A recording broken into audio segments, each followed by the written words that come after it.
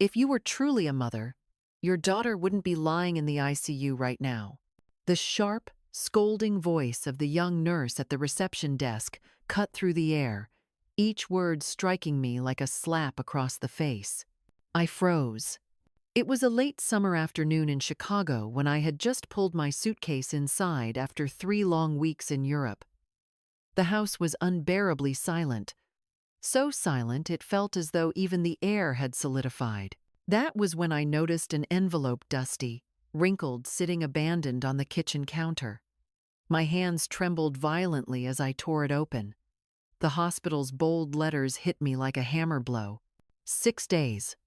For 6 entire days, my daughter Emily had been fighting for her life in intensive care. And no one told me. Not a single call. Not a single message.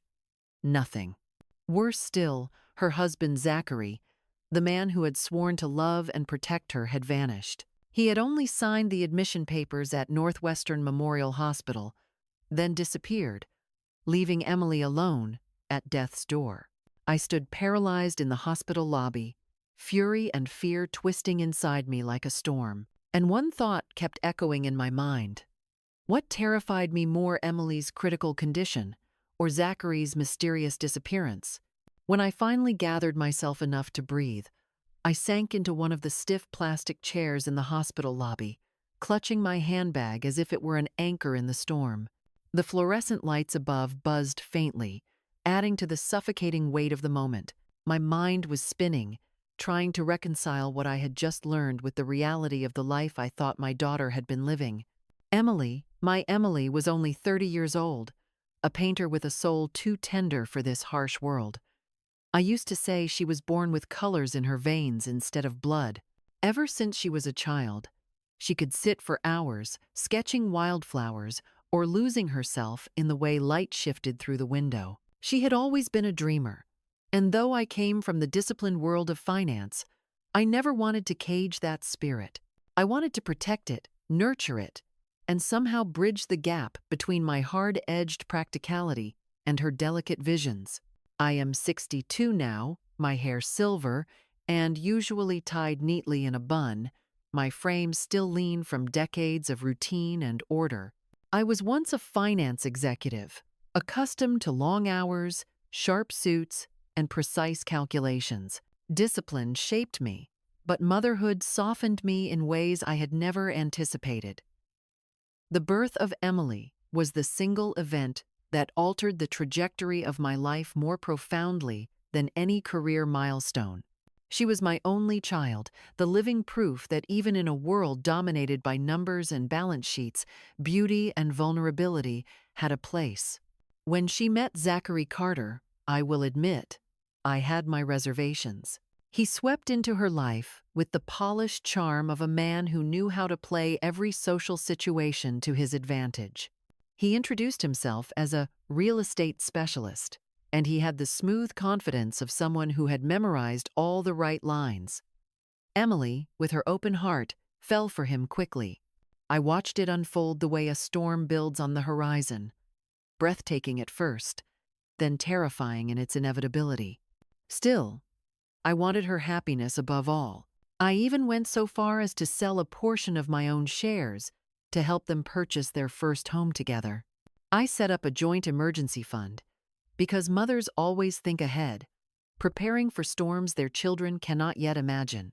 I gave them my blessing, swallowing my doubts, telling myself that perhaps my instincts were too jaded, too colored by years of watching men cut corners in boardrooms.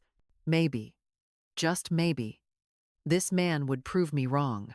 Their wedding had been small, intimate, only 8 months ago. I remember Emily in her lace gown, her auburn hair loose around her shoulders, eyes glowing with hope. I held her hands and whispered a silent prayer that she had chosen wisely. Zachary smiled with that same dazzling confidence, but even in that moment, I felt a chill I could not explain. Sometimes a mother's intuition is not loud. It is a whisper you ignore because you want so desperately to believe in your child's joy. Now, sitting in that hospital, the weight of those ignored whispers crushed me. The nurse had told me that Zachary was the one who had signed Emily into the ICU, yet he had vanished before the ink had dried. No visits, no phone calls, no presence at her bedside. The man she had trusted with her heart had abandoned her when she needed him most. I felt the sting of betrayal not only for Emily but for myself, for the faith I had placed in him, for the sacrifices I had made to support their new life. The air in the ICU waiting room was thick with antiseptic and sorrow. Families huddled together in silence, each lost in their private fears. I sat alone, tracing the ridges of the hospital letter with my fingers, guilt rising in me like floodwater. I had been gone, across the ocean, sipping coffee in Parisian cafes, strolling through Venetian canals, thinking my daughter was safe in the care of the man she loved. And all the while, she was lying here, broken, unconscious, fighting for breath. The guilt was unbearable. I thought of the countless times Emily had called me impulsive, saying, "Mom, you worry too much. Life isn't meant to be lived with a calculator in hand." I had tried to teach her caution, but she had chosen love over logic, and I had chosen silence over confrontation. Now the price of that silence was staring me in the face. I finally rose and walked down the corridor to room 412, where Emily lay. The sight of her nearly undid me. Tubes snaked from her body, machines hummed rhythmically, and her face, once so full of life, was pale and still. I pressed my hand to the glass window, tears blurring my vision. This was not the way it was supposed to be. A mother should never see her child so fragile, so close to the edge. Memories cascaded through me. Emily, at 5 years old, running barefoot through our backyard sprinklers. Emily at 16, painting late into the night with music spilling softly from her bedroom. Emily at 25, calling me with excitement in her voice because Zachary had proposed. Each memory was a shard of glass, cutting deeper into my heart. The nurse returned quietly, her tone gentler this time. "Mrs. Carter, the doctors say her condition is stable for now, but it's critical. She was in a severe car accident. She wasn't wearing a seatbelt. She was thrown forward." Her voice faltered, but I caught the words. "Through the windshield." My knees weakened, and I gripped the wall for support. She continued. "Her husband was driving. He had only minor injuries, but he left the emergency room that same night and hasn't been back since." The words echoed like a death sentence. My daughter had been shattered in an accident caused by recklessness, and the man responsible had walked away, abandoning her like discarded baggage. I returned to the waiting area, my mind reeling, my chest tight with fury and sorrow. I reached for my phone, opening the banking app to check the emergency account I had established for them. It was something instinctive, a reflex of decades in finance. When everything feels uncertain, you check the numbers. What I saw on the screen made the blood in my veins turn to ice. I stared at the screen of my phone, my vision blurring as I struggled to process what was in front of me. The emergency account I had set up, the fund that was supposed to be their lifeline in times like this, was nearly empty. The balance that should have been enough to cover months of medical bills had been stripped down to a few $100s. I scrolled through the transaction history, each line a fresh stab to my heart.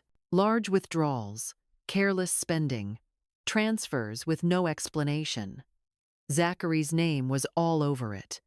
He had taken the very money meant to protect Emily in times of crisis and used it for himself. I could hardly breathe. The rage in me boiled so hot I felt lightheaded, as though the sterile air of the hospital couldn't hold enough oxygen for me. My hands shook as I clenched the phone tighter, the sharp edges pressing into my palm. I thought back to the day I convinced Emily to let me set up that account. She had laughed softly, brushing a strand of hair behind her ear, saying, "Mom, you worry too much. Zach and I are going to be fine, but if it makes you sleep better at night, then okay." She had indulged me, humoring my anxieties, never realizing that one day it might be the very thing to save her life. And yet now, the account had been drained, not by emergency hospital bills, but by the man who had vowed to cherish her. The nurse's earlier words replayed in my mind like a cruel echo. Her husband left the ER that same night and hasn't been back since. The weight of those words pressed harder and harder until I could hardly stand. I thought of the moment right before the accident, the final exchange my daughter had confided in me during one of our late-night phone calls. Emily had been quiet that evening, her voice tinged with hesitation. She had said, almost in a whisper, "Mom, sometimes I feel like Zach thinks I'm holding him back. He tells me I don't believe in his dreams." I remember how my stomach tightened at her words, how I fought to keep my voice calm, as I told her that marriage was about partnership, about compromise, about carrying each other's dreams together. She had sighed, and I could hear the weight in her voice, but then she had quickly changed the subject, not wanting to worry me. And now here we were, 90 miles per hour on a city road, no seatbelt, reckless abandon. Zachary had been behind the wheel.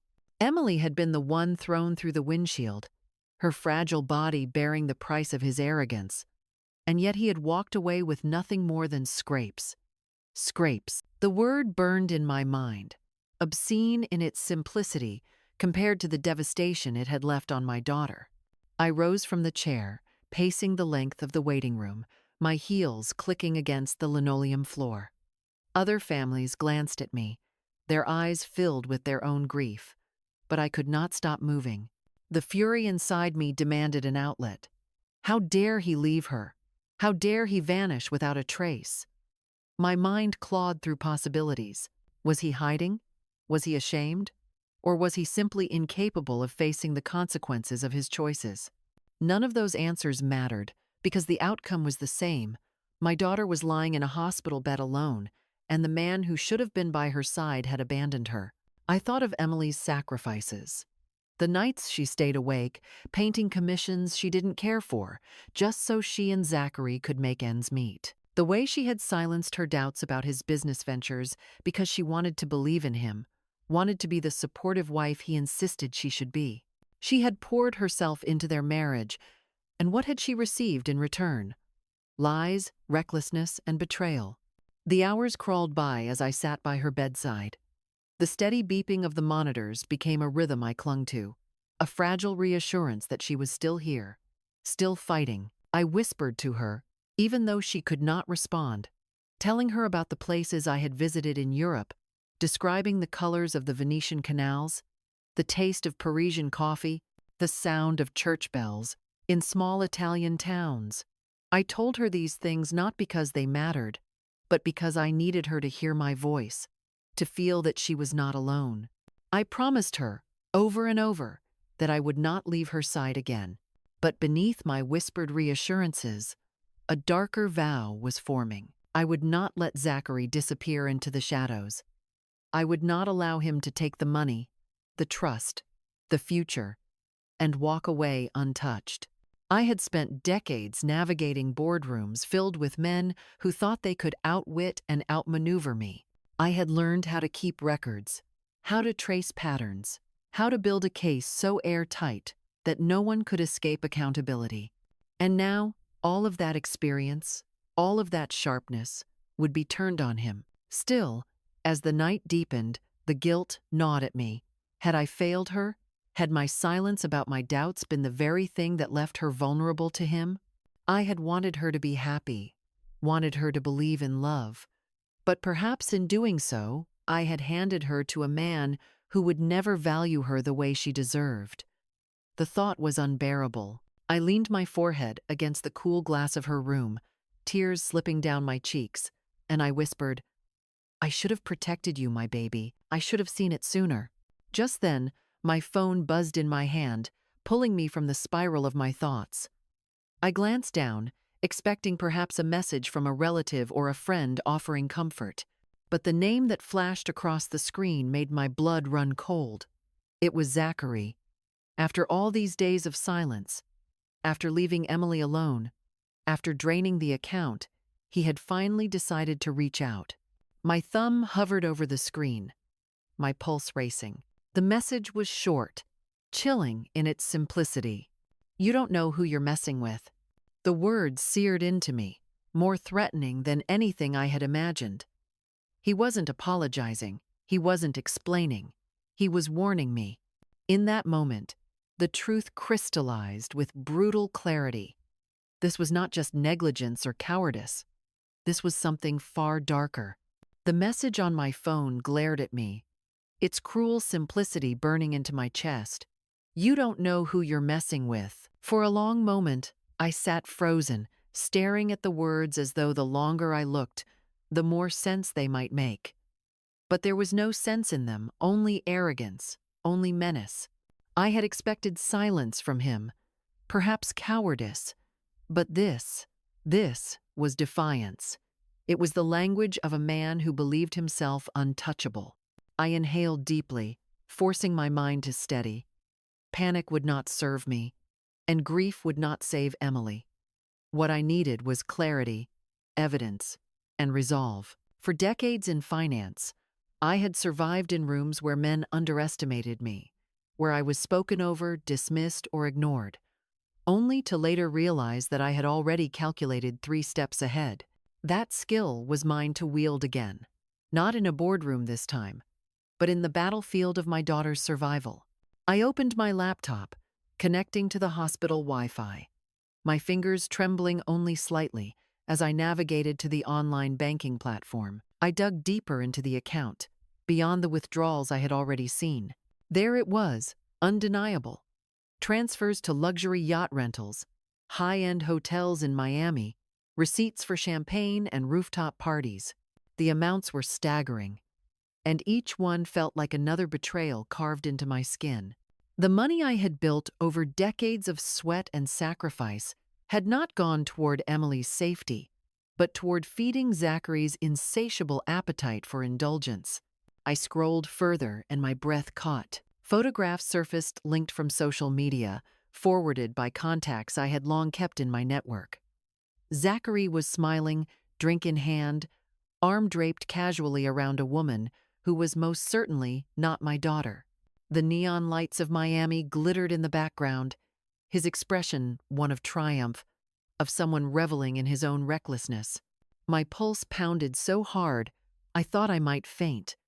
But instead, I pressed the screen closer, studying every detail, etching every lie into memory. My heart ached for Emily. While she lay unconscious, machines breathing for her, he was parading around with another woman, as though his vows had been nothing but theater. The rage inside me crystallized into something sharper, colder. I was no longer just a grieving mother. I was a strategist, and I would not let him destroy her without consequence. I called the bank and froze every account linked to his name, my voice calm, measured, even as fury coiled in my stomach. The representative on the line hesitated at first, but my authority was unwavering, my tone leaving no room for negotiation. When I ended the call, I sat back, letting out a breath I hadn't realized I was holding. One step taken, one safeguard restored. Later that night, the police officer assigned to Emily's case arrived at the hospital. His face was solemn, his eyes steady, as he explained what their investigation had uncovered. Zachary had been well over the legal alcohol limit when he drove that night. Not only that, but his phone records showed he had been texting while speeding down the road. 90 miles per hour, intoxicated, distracted, and Emily had paid the price. The words hit me like stones, each fact another wound. But beneath the sorrow, beneath the fury, there was also something else. Vindication. I had known deep down that this man was a danger. Now the proof was in front of me, undeniable. As the officer spoke, I remembered Emily's words again. "You're holding me back. You never believe in my dreams." She had quoted him once, her voice breaking as she repeated the accusations he hurled at her whenever she hesitated to follow him into another reckless scheme. I remembered the sadness in her eyes when she told me she felt like she was not enough for him. My daughter, who carried light and color in her very being, had been made to feel small, dimmed by a man who could not see her worth. When the officer left, I sat in silence, my thoughts racing. The picture was becoming clearer, piece by piece. Zachary was not only selfish, he was dangerous. He had taken her money, her trust, her safety, and nearly her life. And yet, he was still out there, living as though nothing had happened, daring to threaten me with his hollow bravado. I looked at Emily, her chest rising and falling with the rhythm of the ventilator. I whispered, "I will not let him win. Not now. Not ever." Sleep became impossible that night. I sat upright in the stiff hospital chair, my body aching, but my mind sharper than it had been in years. Every time I closed my eyes, I saw Zachary's grin in those photographs, his glass raised as though in a toast to his own arrogance. Every time I tried to breathe deeply, I heard Emily's shallow, machine-driven breaths, each one reminding me that she was fighting for her life while he was flaunting his betrayal. The contrast was unbearable, and yet it fueled me. If grief was the fire, then rage was the oxygen that kept it burning. At dawn, I walked outside the hospital for the first time since arriving. The streets of Chicago were just waking up, the hum of traffic beginning to build, delivery trucks rumbling past, and commuters clutching coffee cups. Life was moving forward, indifferent to the chaos consuming mine. I stood there for a moment, staring at the rising sun bleeding orange across the skyline, and I made a vow to myself, as firm as any contract I had ever signed. I would uncover every truth, I would expose every lie, and I would not rest until Zachary Carter was held accountable. Back inside, I called in favors. Over decades in finance, I had built a web of contacts, lawyers, investigators, even acquaintances in law enforcement. Though I had long since retired, respect had a way of lingering, especially when paired with the promise of exposing corruption. One by one, they responded. Soon I had reports forwarded to me, copies of bank statements I hadn't seen, alerts about new credit card charges, records that painted a picture far darker than I had imagined. The withdrawals from our emergency account were only the beginning. There were charges under his name for yacht rentals in Miami, weekends at five-star hotels, extravagant dinners where single bottles of champagne cost more than a month of Emily's art sales. My stomach turned as I read the dates. These were not old indulgences, they were recent.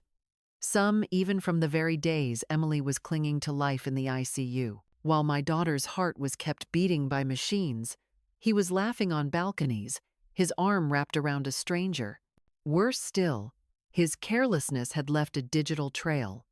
Social media was littered with images, tagged by friends of friends who had no idea they were documenting evidence.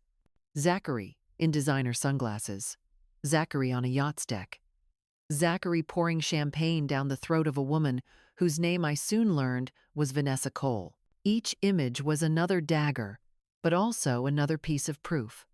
The more I gathered, the less he looked like a grieving husband, and the more he looked like a predator who had orchestrated this chaos for his own escape. One post in particular made my blood run cold. It was dated the exact night of the crash.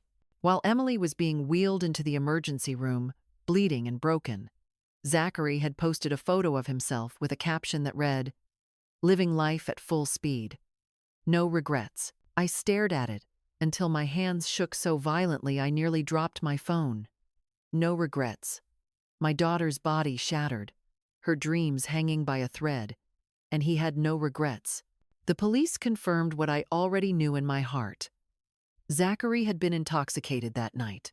His blood alcohol level was above the legal limit, and his phone logs revealed he had been sending texts just minutes before the accident. I felt sick as the officer explained it. It was not an accident born of chance. It was negligence, arrogance, and recklessness colliding all at once. And yet, Zachary had not been arrested. He had slipped through the cracks, vanishing before the system could tighten its grip. I could not stand idly by. I began documenting everything. Every bank statement, every social media post, every receipt that showed his contempt for responsibility. I created folders labeled meticulously, just as I had once done with corporate audits. The irony was bitter once I had spent my career exposing embezzlers and fraudsters in boardrooms, and now I was doing the same thing, but the man in question was the husband of my only daughter. That night, sitting beside Emily's bed, I whispered to her as I organized the files on my laptop. "You may not hear me, sweetheart, but I promise you, I am building this case. He thinks he can run, but I will follow every trail. He thinks he can silence me, but he has no idea who he is dealing with. He tried to break you, but he will not break us." My voice cracked, but my resolve was unshakable. It was in those hours of stillness, broken only by the steady beeping of monitors, that I realized something profound. Grief had sharpened me. The sorrow I carried was heavy, yes, but it was also transforming into a weapon. I was no longer just a mother wringing her hands in despair. I was a force, and I would not stop until justice was served. The following morning, my phone buzzed again. Another message from Zachary. My stomach clenched as I opened it, bracing for another threat. This time, it was even more chilling in its casual cruelty. "Move on, Margaret. She's gone anyway. Stop making trouble." I nearly dropped the phone. My daughter was lying in that bed, still fighting, still alive, and he dared to write her off as if she were already buried. My hands trembled with fury, but then I felt something stronger rising within me, a cold, focused determination. This was no longer just about betrayal. This was war. The morning after Zachary's venomous message, I found myself wandering into the hospital cafeteria, though I had no appetite. The room buzzed with fragments of ordinary life. Doctors hunched over laptops, nurses gulping coffee before their next shift, families clutching styrofoam cups as if caffeine might keep despair at bay. Yet for me, the air felt heavy, pressing against my chest with the suffocating reminder that my daughter was still fighting for her life in room 412, and her husband had not only abandoned her but also mocked her very existence. His words from the night before, "Move on, she's gone anyway," replayed like a poisonous refrain. Emily was not gone. She was still here, still breathing, still fighting, and his dismissal of her, as if she were already buried, revealed a truth I had been avoiding. This man was not simply negligent, he was monstrous.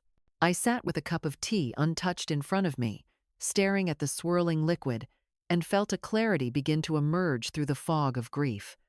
Zachary was not just selfish, not just reckless. He was a predator, a man who fed on the light of women, like my daughter, draining them of love, money, and energy, until only brokenness remained. I had ignored the whispers of intuition, the subtle warnings that had brushed against me in the months leading up to their wedding. He had been too charming, too polished, his answers rehearsed, his smile too perfect. There had been moments fleeting, almost invisible, when I had seen something colder in his eyes, a flicker of calculation beneath the warmth. But Emily had been glowing with joy, and I had told myself not to ruin it. Now I realized that my silence had been complicity, and that knowledge cut me deeper than any of his insults. I returned to my makeshift station in the waiting room and pulled up the financial records again. My fingers trembled, not with fear this time, but with growing determination. One name appeared repeatedly in the transfers: Vanessa Cole. At first, I assumed she was just another fleeting distraction, but the consistency of the payments suggested otherwise. Thousands upon thousands of dollars had been funneled to her account under labels such as wellness coaching, personal development, consultation services. I laughed bitterly, the sound foreign and jagged in my own throat. Coaching? Development? This was no professional service. It was the financial foundation of his double life. As I highlighted the transactions, my phone rang. The number was unfamiliar, and for a moment I considered ignoring it, but instinct made me answer. "Mrs. Carter?" a tentative female voice asked. "Yes," I replied warily. My name is Melissa Winters, she said, her words shaky yet urgent. I don't know how to say this, but I think we need to talk about Zachary. Her voice carried a weight I recognized immediately: weariness, the kind that only comes from surviving betrayal too many times. She told me her story in halting sentences that gradually spilled into a flood. 2 years earlier, she had been engaged to Zachary. He had charmed her effortlessly, presenting himself as ambitious, attentive, and endlessly romantic. For months, she had believed she had found her forever. But slowly, the cracks had shown. He became controlling, questioning her every choice, making her feel small whenever she tried to assert herself. He pressured her to give him money for investments, claiming that together they could build an empire. She believed him at first. Then came the night of the crash. He had been drinking heavily, speeding recklessly, and Melissa had been the one left injured in the wreck. As she spoke, my grip on the phone tightened until my knuckles ached. History was repeating itself with horrifying precision. Melissa's voice broke as she admitted that she had carried the shame in silence, afraid no one would believe her. When I heard about Emily, she whispered, I couldn't keep quiet anymore. He destroyed me. But she, your daughter, she deserves to know the truth. I closed my eyes, tears burning hot against my lids, not only for Emily but also for this woman who had borne her own scars in silence. Thank you, I said softly. Your truth may be the very thing that saves her.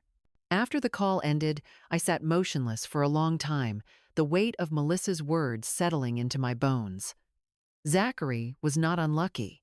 He was not misunderstood. He was a pattern, a predator, who cycled through lives like a storm, leaving wreckage behind while moving forward, untouched. I thought of Emily again, of the way she used to describe him in the early days, her eyes alight as she told me how he believed in her art, how he said he would build a future with her, how he promised he would always stand by her.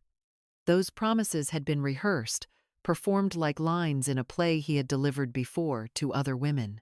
My stomach churned at the thought of him repeating the same script, cycling through victims until he found the next. I walked slowly back to Emily's room, pressing my forehead to the cool glass that separated us. Machines hummed steadily, her chest rising and falling with mechanical rhythm. My love, I whispered, you chose him because you believed in love, because your heart is pure. But I see him now for what he is, and I promise you, I will not let him take another breath without accountability. That night, I began the task of compiling everything into a single, organized dossier. Years of corporate investigations had prepared me for this moment more than I realized.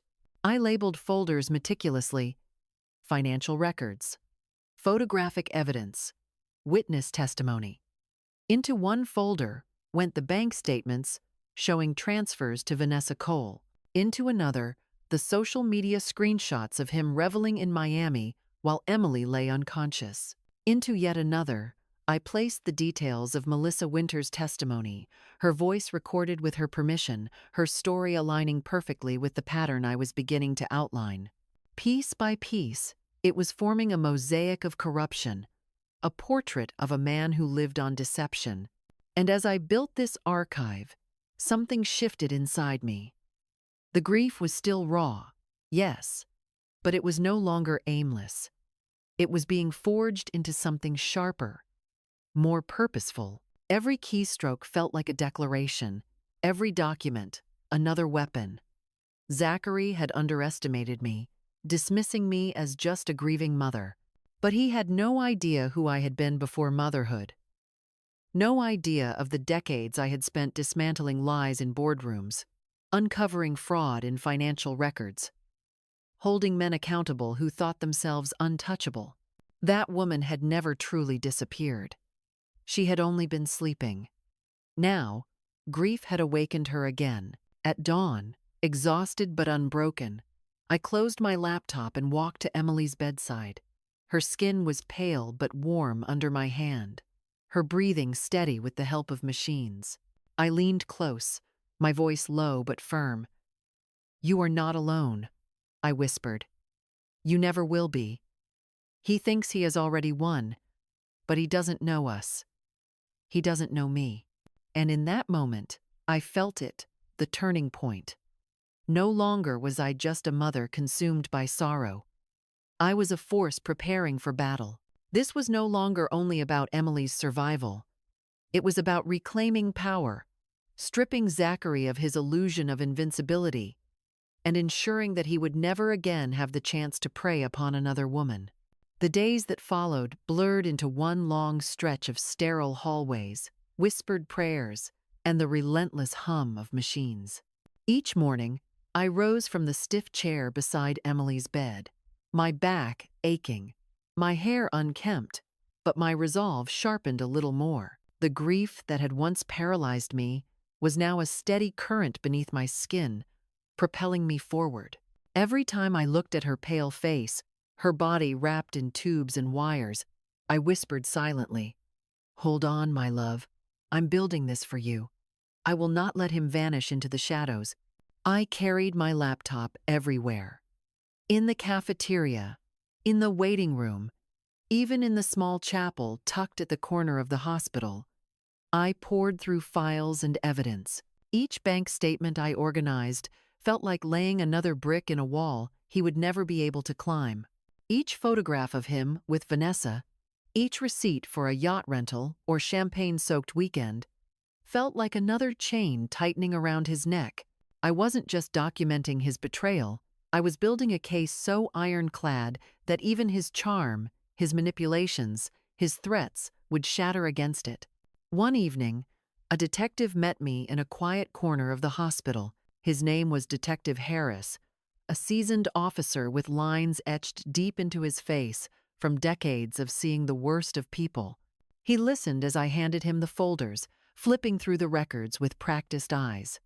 When he reached Melissa Winter's testimony, he raised his eyebrows and let out a slow whistle. "Ma'am, this is damning.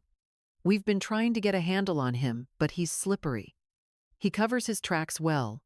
What you've compiled here, this changes things." His words should have comforted me, but instead they fueled my anger. Slippery. That was exactly the word. Zachary slithered from one life to another, shedding his skin each time like a snake, leaving destruction behind. But snakes can be cornered, and I would make sure this time he had nowhere left to crawl. As days stretched into weeks, Emily's condition slowly stabilized. The doctors said it was a fragile balance, but it was something, and I clung to it like a lifeline. I sat with her, reading aloud passages from her favorite books, playing recordings of her favorite songs, describing the world outside so she wouldn't feel forgotten. At the same time, my phone buzzed constantly with updates from investigators, lawyers, and contacts I had reawakened from my old life. It was as though I was living in two worlds at once, the quiet vigil of a mother by her daughter's bedside, and the ruthless battlefield of a strategist preparing for war. Then came the call that shifted everything. Detective Harris phoned me one late afternoon, his voice low and urgent. "We've tracked him. He's booked a ticket. He's trying to flee to the Bahamas." My stomach dropped, but I steadied my voice. "When?" "Tomorrow morning. We're coordinating with airport security. But your documentation, everything you've gathered, is the key to securing a warrant. Without it, he could slip through." The thought of him basking under foreign sun while Emily lay tethered to machines filled me with a fury so sharp it nearly blinded me.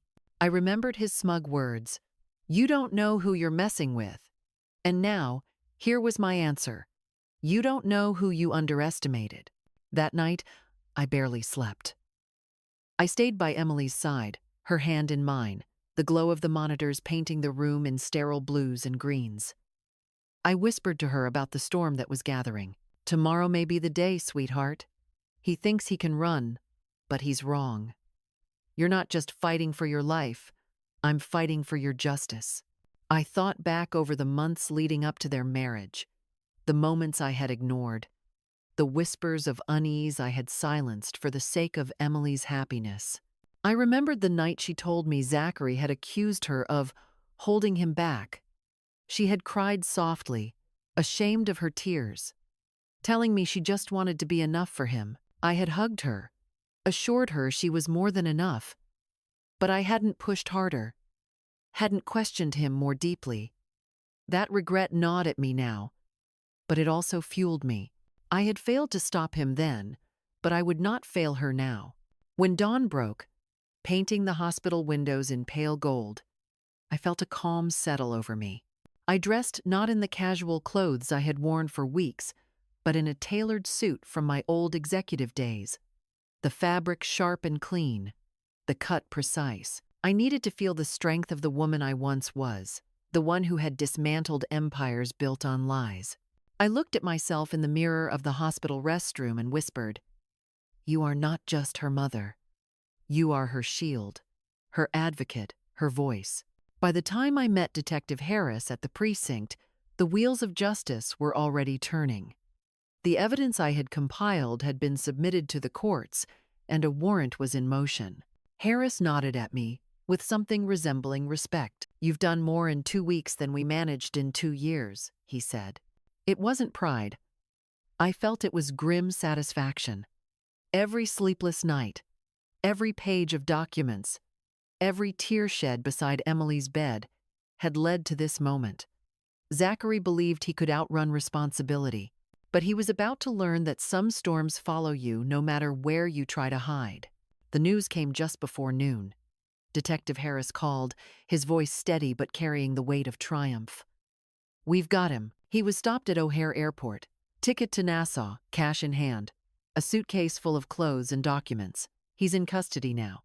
For a moment, I could not breathe. Relief surged through me, so sharp it nearly buckled my knees. After weeks of fury, sleepless nights, and endless fear, the predator was finally caught in the web. I turned to Emily's bed, my hand brushing her hair back from her forehead. "Do you hear that, my love?" I whispered, my voice trembling. "He's not running anymore. The storm is over for him. For us, the dawn is beginning." Hours later, Harris arranged for a controlled confrontation at the hospital. They wanted Emily, if she was able, to face him not for legal necessity, but for closure. When I first heard the suggestion, my instinct was to shield her, to protect her fragile spirit from further pain. But as I looked at her, pale yet stronger each day, I realized that she needed this as much as I did. Victims cannot heal in silence. They need to confront the shadows that tried to devour them. That evening, they brought him in, shackled at the wrists, dressed in the same careless luxury clothes he had flaunted in Miami. Zachary still carried himself with arrogance. Even in custody, he smirked, as if the world still belonged to him. When his eyes met mine, he leaned forward, his voice a low hiss. "This isn't over, Margaret. You think you've won, but you have no idea who you're dealing with." I did not flinch. I met his gaze, steady and cold. "No, Zachary, it's you who never knew who you were dealing with." The officers guided him into Emily's room. For a long moment, silence hung heavy in the air, broken only by the rhythmic beeping of the machines. Then, with effort that made my heart ache, Emily's eyes fluttered open. She had been drifting in and out of consciousness for days, but now, as if some hidden strength had been summoned, she focused on him. Her voice was soft, raspy, but clear. "Why?" The question was so small, yet it filled the room like thunder. Zachary chuckled, leaning back as if the chains were nothing but jewelry. "Without me, you're nothing," he sneered. "You needed me to have a life, Emily. Without me, you'd still be some starving artist with a head full of useless dreams." I felt my fists clench, rage boiling, but before I could speak, Emily's voice cut through, stronger this time, her eyes blazing, with something I had not seen since before the accident. "No," she whispered, then louder. "Number, without you, I'm finally safe." The words cracked like lightning, filling the sterile room with fire.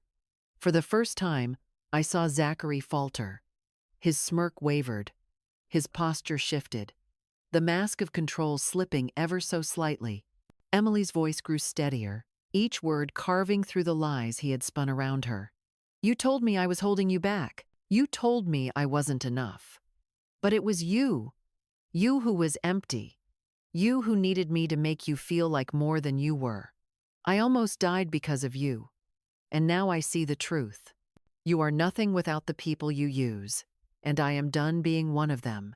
Tears stung my eyes as I listened, my heart swelling with both pain and pride. This was my daughter, battered but unbroken, reclaiming her power word by word. She was no longer the woman silenced by manipulation. She was the survivor who had stared death in the face and found her voice again. Zachary lunged forward, his voice raised in desperation now, no longer confident but snarling. You think you can survive without me? You think anyone will care about your stupid paintings? You'll crawl back, begging, like all the rest. The officers pulled him back, their grip firm. But Emily did not even flinch. She stared straight into his eyes, her voice calm and cutting. The only thing I'll ever beg for again is that you stay as far away from me as possible. And thanks to my mother, thanks to the truth, that's exactly what's going to happen. For the first time since this nightmare began, I felt a rush of release. Emily was not only surviving, she was fighting back. I reached for her hand, squeezing it gently, and whispered, I'm so proud of you. Zachary snarled one last time, but the officers led him away, his protests fading down the hallway. When the door closed, the silence that followed was different this time. It was not heavy with fear, but lightened with something fragile and new hope. Emily turned her head toward me, her eyes glassy but filled with determination. Mom, she whispered, I thought he owned me. I thought I needed him. But I don't. I just need me. And you. I bent down, pressing my forehead against hers, tears spilling freely. You've always been enough, Emily. More than enough. And now the world will see it too.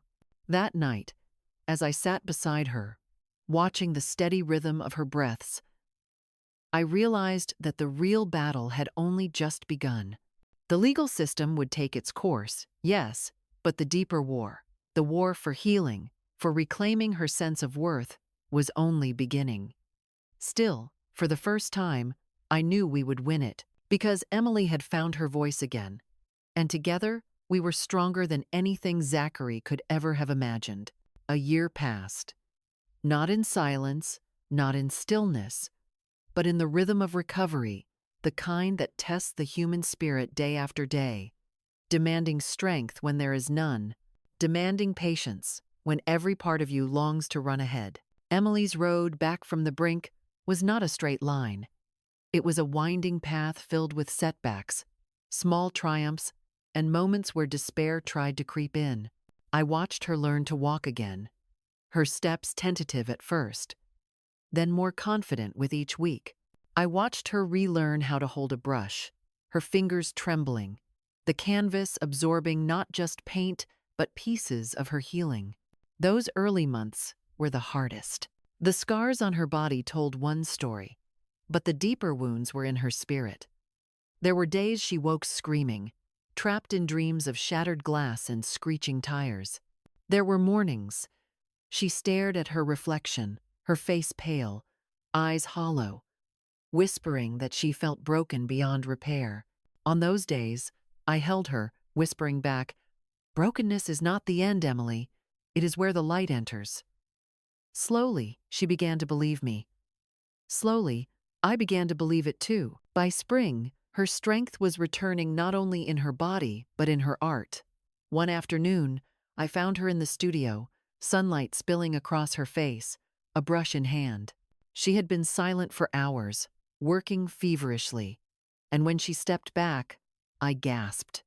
The canvas was a whirlwind of fractured lines and luminous colors, chaotic yet whole. She titled it Fragments and Wholeness. That painting became the seed for an entire series, each piece a meditation on pain, survival, and the beauty that emerges from scars. Months later, on a crisp autumn evening, we stood together at the opening of her first solo exhibition. The gallery was filled with people, critics, collectors, survivors who had heard her story. The walls glowed with her canvases, each one a testament to the journey she had endured. Emily stood beside me, her auburn hair falling in soft waves, her eyes no longer haunted but radiant with something fierce and unbreakable. As she greeted the guests, I saw her reclaiming not just her art but her life. When she stepped to the microphone to speak, the room fell silent. "A year ago," she began, her voice steady, "I thought my story was ending. I thought I was nothing more than the fragments of what had been broken. But I learned that fragments can become part of something new, something stronger, something beautiful. This exhibition is not just about my survival, it's about all of us who have been told we are less than whole. We are not. We are more." The applause that followed was thunderous, but it was not just polite appreciation. It was recognition. It was solidarity. And as I stood there, tears sliding down my cheeks, I realized that my daughter had not only survived, she was leading others out of their own shadows.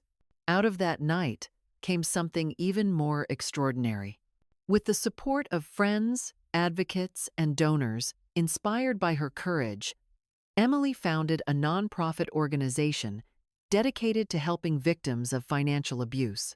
She named it the Phoenix Fund, after the mythical bird that rises from ashes. Its mission was simple yet profound: to provide financial resources, legal support, and emotional counseling for those who had been stripped of independence by manipulative partners. Watching her speak at the launch, her voice unwavering as she shared her vision, I felt a surge of pride so fierce it nearly broke me. Meanwhile, justice for Zachary had run its course. The evidence, the testimony, the trail of deceit, all of it led to a 10-year sentence. Parole ineligible until year 8. When I heard the verdict read aloud in the courtroom, I did not cheer. There was no triumph in seeing him shackled, no joy in watching his mask crumble. What I felt was release. The shadow that had hovered over Emily's life was gone, caged where it belonged, unable to harm anyone else. And yet, the true justice was not in his punishment, but in Emily's rebirth. She had taken her pain and turned it into a beacon for others. At every fundraiser, at every support meeting, survivors gathered to share their stories, their voices quivering at first, then growing stronger as they realized they were not alone. Emily listened to each one with compassion, her presence a quiet reminder that healing was possible. I often thought back to the night of the accident, the moment when I stood in the hospital lobby, frozen by fear, wondering what terrified me more: my daughter's fragile condition or her husband's disappearance. Now, a year later, I knew the answer. Neither fear had been the true enemy. The real danger had been despair, the temptation to give up, to believe that brokenness was the final chapter. But Emily had refused to surrender, and in doing so, she had taught me something I had not known. I still needed to learn. Healing is not about erasing scars, but about wearing them as proof that you survived. As the gallery lights dimmed that evening and the last guests drifted out, Emily turned to me, her eyes shining. "Mom," she whispered, "do you remember when I used to say you worried too much?"